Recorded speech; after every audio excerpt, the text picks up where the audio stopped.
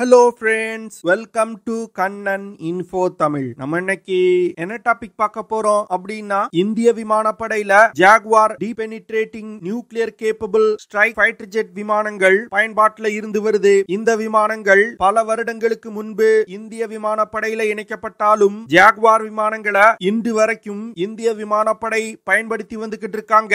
இந்திய விமானப்படை ஜாகுவார் விமானங்களை அணு ஆயுத தாக்குதல் நடத்துவதற்காக படையில் வச்சிருக்காங்க. இந்த சூழ்நிலையில ஜாகுவார் விமானத்துல பல முக்கியமான அப்கிரேடுகளை கொண்டு வர இருப்பதா செய்திகள் வெளிவந்திருக்கு. ஜாகுவார் விமானத்துல இந்தியா என்ன மாதிரியான முன்னேற்றங்களை கொண்டு வர முயற்சி செய்யறாங்க, எதற்காக இந்த முன்னேற்றங்களை இந்திய விமானப்படை செய்யறாங்க, திடீர்னு அணு ஆயுத தாக்குதலுக்கு பயன்படுத்தக்கூடிய விமானத்தை இந்தியா அப்கிரேட் செய்வதற்கான காரணம் என்ன, ஜாகுவார் விமானத்தோட செயல்திறன் மற்றும் சிறப்பு அம்சங்கள் என்ன அப்படிங்கிறது குறித்து பார்க்கலாம். இரண்டாவது அப்டேட், சமீபத்துல இந்தியா பிலிப்பைனுக்கு பிரம்மோஸ் சூப்பர்சானிக் க்ரூஸ் மிசைல்களை சப்ளை செஞ்சிருக்காங்க. இந்த விஷயம் சீன ஊடகங்கள்ல மிகப்பெரிய பேசுபொருளா மாறி இருக்கு. எதற்காக இந்தியா பிலிப்பைனுக்கு பிரம்மோஸ் மிசைல்களை சப்ளை செய்வதை சீனா உன்னிப்பா கவனிச்சு வந்துகிட்டு இருக்காங்க.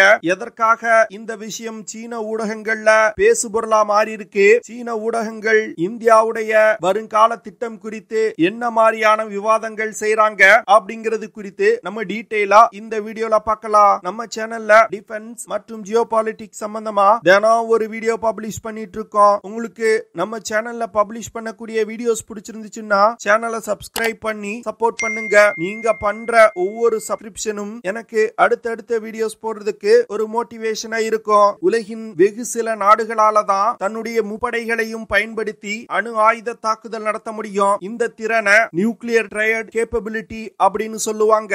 அந்த வகையில இந்தியாவும் தன்னுடைய முப்படைகளை பயன்படுத்தி அணு ஆயுத தாக்குதல் நடத்தும் திறனை சில வருடங்களுக்கு முன்பு அச்சீவ் பண்ணாங்க. அந்த வகையில தரையில் இருந்து அணு ஆயுத தாக்குதல் நடத்துவதற்கு அக்னி சீரியஸ் ஆஃப் பாலிஸ்டிக் மிசைல்களை இந்தியா பயன்படுத்துவாங்க. கடலில் இருந்து அணு ஆயுத தாக்குதல் நடத்துவதற்கு நியூக்ளியர் சப்மரீன்கள்ல இருந்து K series of submarine launch ballistic மிசைல்களை ஏவி தாக்குதல் நடத்துவாங்க.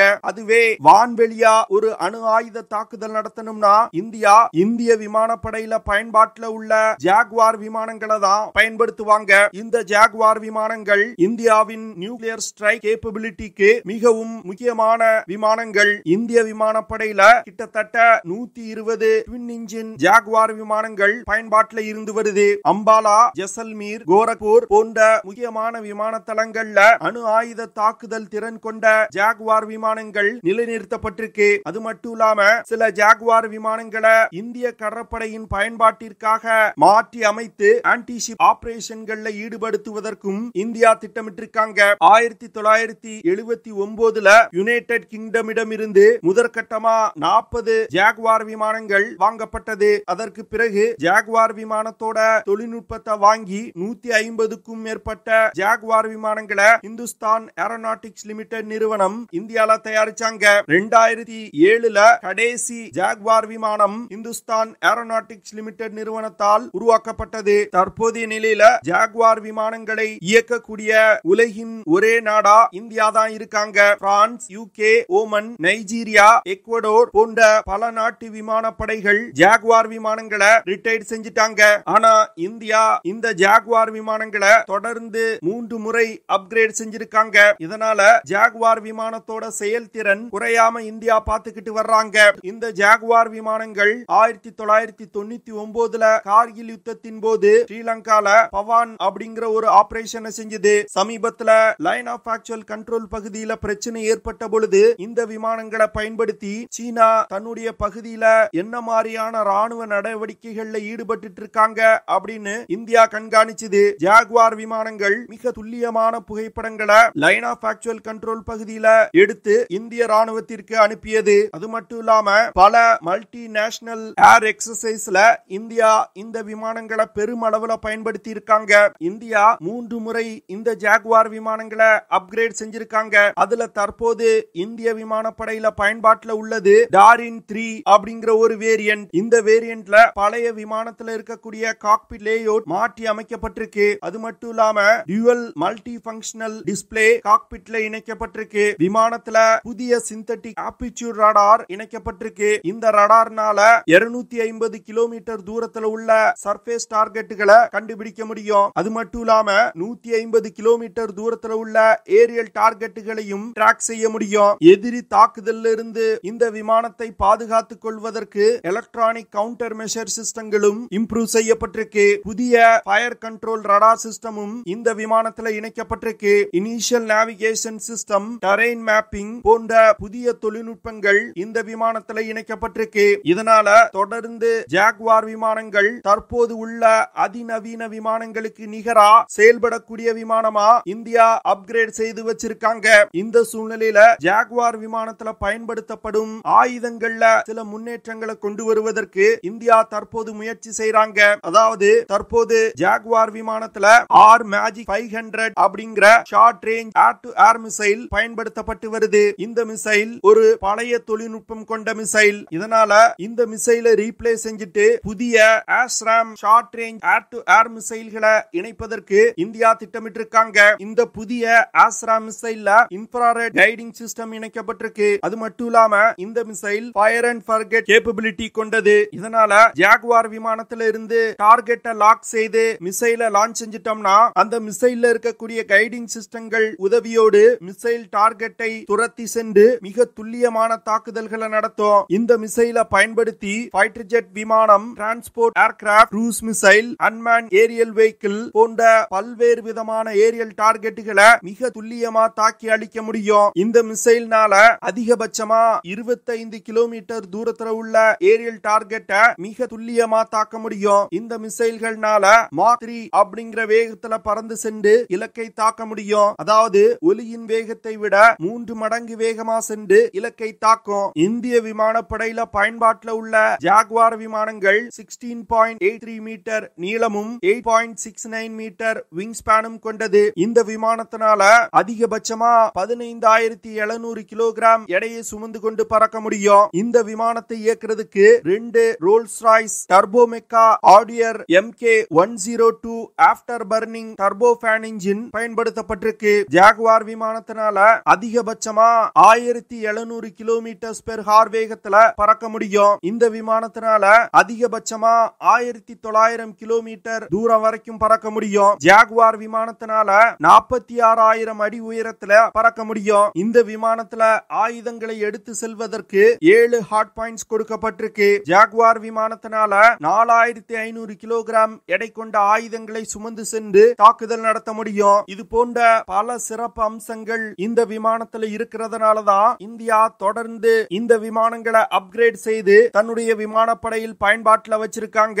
இந்த விமானங்கள்லாம் இந்தியா தேஜஸ் MK2 விமானத்தை வெற்றிகரமா டெவலப் செய்து தன் படையில் இணைக்கும் வரைக்கும் தான் பயன்பாட்டில் இருக்கும். அதற்கு பிறகு படிப்படியா ஜாகுவார் விமானங்களை தேஜஸ் MK2 விமானங்கள் ரீப்ளேஸ் செய்யும். அடுத்த அப்டேட், சில நாட்களுக்கு முன்பு இந்தியா பிலிப்பைனுக்கு பிரம்மோஸ் மிசைல்களை சப்ளை செஞ்சிருக்காங்க. பிலிப்பைன் 2022ல இந்தியாவுடன் 375 மில்லியன் அமெரிக்க டாலர் பிரம்மோஸ் மிசைல் ஒப்பந்தத்தை கையெழுத்திட்டாங்க. அந்த ஒப்பந்தத்தின் அடிப்படையில தற்போது இந்தியா பிரம்மோஸ் சூப்பர்சானிக் க்ரூஸ் மிசைல்களை பிலிப்பைனுக்கு சப்ளை செஞ்சிருக்காங்க. இந்த விஷயம் சீன ஊடகங்கள்ல மிகப்பெரிய பேசுபொருளா மாறி இருக்கு. சீன ஊடகங்கள் என்ன சொல்றாங்கன்னா, இந்தியா பிலிப்பைனுக்கு பிரம்மோஸ் மிசைல சப்ளை செஞ்சிருப்பது வெறும் தொடக்கம் தான் அப்படின்னு சொல்லியிருக்காங்க. அது மட்டும் இல்லாம சீனாவுக்கு எந்தெந்த நாடுகளுடன் பிரச்சனை இருக்கோ அந்த நாடுகளுடன் இந்தியா தன் உறவை அதிகப்படுத்துவதற்கு முயற்சி செய்றாங்க. அந்த நாடுகளுக்கு ஆயுதங்கள் சப்ளை செய்வது குறித்தும் பேச்சுவார்த்தை நடத்துறாங்க அப்படின்னு சீன ஊடகங்கள் சொல்லியிருக்காங்க. சில வருடங்களுக்கு முன்பு வரைக்கும் தென்கிழக்கு ஆசிய நாடுகள்ல இந்தியாவுடைய மிகவும் நெருங்கிய நட்பு நாடுகள் அப்படின்னா சிங்கப்பூர் மற்றும் வியட்நாம் மட்டும்தான். பிலிப்பைனுடன் இந்தியா நெருங்கிய நட்புறவை எப்போதுமே கொண்டது கிடையாது. ஆனா தற்போது பிலிப்பைன் மற்றும் இந்தியாவுக்கு இடையிலான உறவு மிகப்பெரிய அளவுல வளர்ச்சி அடைஞ்சிருக்கு. இரு நாடுகளுக்கும் இடையே ராணுவ ரீதியிலான பல ஒப்பந்தங்கள் கையெழுத்திடப்பட்டிருக்கு. இதற்கு காரணம் இந்தியா சவுத் ஈஸ்ட் ஏசியா நாடுகள்ல தன்னுடைய பிரசன்ஸ கொண்டு வருவதற்கு முயற்சி செய்றாங்க. வெறுமன வர்த்தக ரீதியிலான உறவுல இருந்து இந்தியா சவுத் ஈஸ்ட் ஏசியா நாடுகளிடையே ராணுவ ரீதியிலான தன் உறவை அதிகப்படுத்துவதற்கு தற்போது மிகப்பெரிய அளவுல முயற்சி செய்வதா சீனா சொல்றாங்க. இந்தியா ஆக்ட் ஈஸ்ட் அப்படிங்கிற ஒரு பாலிசிய தற்போது ஃபாலோ செய்றாங்க. இந்த பாலிசி மூலமா சவுத் ஈஸ்ட் ஏசியா நாடுகளுடன் தன் உறவை மிகப்பெரிய அளவுல இந்தியா அதிகப்படுத்தி இருக்காங்க. குறிப்பா சொல்லணும்னா பிலிப்பைன் தவிர வியட்நாமுடன் இந்தியா நெருங்கிய ராணுவ ரீதியிலான உறவை தற்போது ஏற்படுத்தி வந்துகிட்டு இருக்காங்க. வியட்நாம் கடற்படையோட கிலோ கிளாஸ் சப்மரீனை மெயின்டைன் செய்வதற்கு இந்தியா உதவி செய்யறாங்க. அது மட்டும் இல்லாம வியட்நாம் விமானப்படையை சேர்ந்த விமானிகளுக்கு இந்தியா பயிற்சி கொடுக்கறாங்க. வியட்நாம் மற்றும் சீனாவுக்கு இடையே சவுத் சைனா சி பகுதியில எல்லை பிரச்சனை இருக்கு. இந்த சூழ்நிலையில வியட்நாமுக்கு இந்தியா இது போன்ற ராணுவ ரீதியிலான உதவிகளை செய்வது சீனாவுக்கு மிகப்பெரிய எரிச்சலை ஏற்படுத்தி இருக்கு. இது தவிர சிங்கப்பூர், மலேசியா, இந்தோனேஷியா, புரூனே போன்ற நாடுகளுடனும் இந்தியா தன்னுடைய ராணுவ உறவை அதிகப்படுத்துவதற்கு முயற்சி செய்றாங்க. போன பினான்சியல் இயர்ல இந்தியா 210 பில்லியன் இந்திய ரூபாய் மதிப்பிலான ஆயுதங்களை ஏற்றுமதி செஞ்சிருக்காங்க. இந்தியாவின் ஆயுத ஏற்றுமதி கிட்டத்தட்ட 32% அதிகரிச்சிருக்கு. இந்தியா இந்த பினான்சியல் இயர்ல 350 பில்லியன் இந்திய ரூபாய் மதிப்பிலான ஆயுதங்களை ஏற்றுமதி செய்வதற்கு திட்டமிட்டிருக்காங்க. அது மட்டும் இல்லாம ஆயுத ஏற்றுமதிய இன்னும் ஒரு சில வருடங்கள்ல 5 பில்லியன் அமெரிக்க டாலரா உயர்த்துவதற்கு இந்தியா முயற்சி செய்து வந்துகிட்டு இருக்காங்க. இதனால வரும் காலத்துல பல தென்கிழக்கு ஆசிய நாடுகள் இந்தியாவிடம் ஆயுதம் வாங்குவாங்க அப்படின்னு சீன ஊடகங்கள் சொல்றாங்க. இந்தியா தென்கிழக்கு ஆசிய நாடுகளுக்கு ஆயுதம் விற்பனை செய்வது சீனாவை பழி வாங்கத்தான் அப்படின்னு சொல்றாங்க. அதாவது சீனா பல வருடங்களா பாகிஸ்தானுக்கு ஃபைட்டர் ஜெட்ஸ், ஏர் டிஃபென்ஸ் சிஸ்டங்கள், ட்ரோன்ஸ் போன்ற பல ஆயுதங்களை ஏற்றுமதி செஞ்சிருக்காங்க. சீனாவின் இந்த செயல்பாடு இந்தியா மற்றும் பாகிஸ்தானோட எல்லை பிரச்சனையில பல விளைவுகளை ஏற்படுத்தி இருக்கு. இப்போ சீனாவின் செயல்பாட்டிற்கு பழி வாங்கத்தான் இந்தியா சீனாவின் எதிரி நாடுகளுக்கு ஆயுதங்களை சப்ளை செய்வதா டிஃபென்ஸ் எக்ஸ்பர்ட் சொல்றாங்க. ஆனா சிலர் என்ன சொல்றாங்கன்னா இந்தியாவுடைய திட்டம் சீனாவை கவுண்டர் செய்வது மட்டும் கிடையாது, ஆயுத ஏற்றுமதியில ஒரு குறிப்பிடத்தக்க மார்க்கெட்டை கைப்பற்றணும் அப்படின்னு இந்தியா செயல்பட்டு வருவதா அவங்க சொல்றாங்க. பார்க்கலாம் வரும் காலத்துல தென்கிழக்கு ஆசிய நாடுகள் இந்தியாவிடம் இருந்து தொடர்ந்து ஆயுதங்களை வாங்குறாங்களா, இல்லன்னா பிலிப்பைன் போன்ற ஒரு சில நாடுகள் மட்டுமே இந்தியாவிடம் இருந்து ஆயுதம் வாங்குறாங்களா அப்படின்னு. ஓகே ஃப்ரெண்ட்ஸ், நம்ம வீடியோவோட நிறைவு பகுதிக்கு வந்துட்டோம். இதெல்லாம் தான் நான் உங்ககிட்ட ஷேர் பண்ணணும் அப்படின்னு நினைச்ச விஷயங்கள். ஐ ஹோப் நான் ஷேர் பண்ண விஷயங்கள் உங்களுக்கு பிடிச்சிருக்கும்னு நினைக்கிறேன். அப்படி பிடிச்சிருந்துச்சுன்னா ஷேர் பண்ணுங்க, லைக் பண்ணுங்க, கமெண்ட் பண்ணுங்க. மறக்காம நம்ம சேனலுக்கு சப்ஸ்கிரைப் பண்ணுங்க. அப்படியே அந்த பெல் நோட்டிபிகேஷனை கிளிக் பண்ணி ஆல்ங்கிற ஆப்ஷனை எனேபிள் பண்ணிக்கங்க. See you in the next video. Jai Hind.